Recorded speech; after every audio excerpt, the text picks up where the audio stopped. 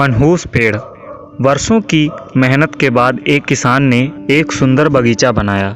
बगीचे के बीचों बीच एक बड़ा सा पेड़ था जिसकी छांव में बैठकर सुकून का अनुभव होता था। एक दिन किसान का पड़ोसी आया। बगीचा देखते ही उसने कहा, वाह, बगीचा तो बहुत सुंदर है, पर तुमने बीच में ये मनहूस पेड़ क्यों लगा रखा है? क्या मतलब? किसान ने पूछा। अरे क्या तुम नहीं जानते? इस प्रजाति के पेड़ मनहूस माने जाते हैं।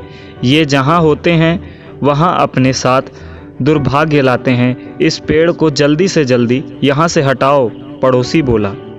यह बोलकर पड़ोसी तो चला गया, पर किसान परेशान हो गया। उसे डर लगने लगा कि कहीं इस पेड़ की वजह से उसके साथ कुछ अशुभ ना हो जाए। अगले ही दिन उसने वो पेड़ को काट डाला। पेड़ बड़ा था, उसकी कटी लकड़ियां पूरे बगीचे में जहां तहां इकट्ठा हो गईं। अगले ही दिन फिर वहीं पड़ोसी आया और बोला, ओ, इतने सुंदर बगीचे में ये बेकार की लकड़ियां क्यों इकट्ठा कर रखी हैं? ऐसा करो, इन्हें मेरे हाथे में रखवा दो। लकड़ियां रखवा दी गईं।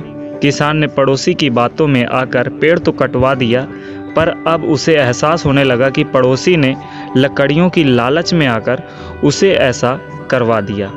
दुखी मन से वह महान गुरु लाओत्से के पास पहुंचा और पूरी बात बता दी।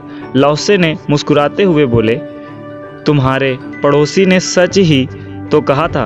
वो पेड़ वास्तव में मनहूस था, तभी तो वो तुम्हारे जैसे मूर्ख के बगीचे में लगा था। उदास मत हो, लाओत्से ने बोले। अच्छी बात यह है कि तुम अब पहले जैसे मूर्ख नहीं रहे। तुमने पेड़ तो गवा दिया, पर उसके बदले में एक कीमती सबक सीख लिया है। जब तक तुम्हारी अपनी समझ किसी को ना स्वीकारे, तब तक दूसरे की सलाह पर कोई कदम मत उठाना।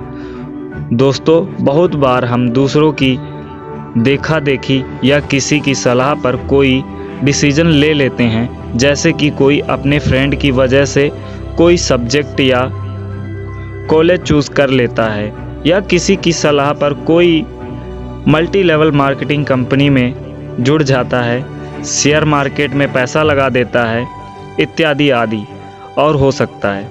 ऐसा करना कुछ लोगों के लिए फ़ायदेमंद रहता है, पर ज़्यादातर मामले में नतीजा बुरा ही होता है। इसलिए हम दूसरों की सलाह पर अमल करने से पहले अपनी समझ का इस्तेमाल ज़रूर करना चाहिए। Thank you.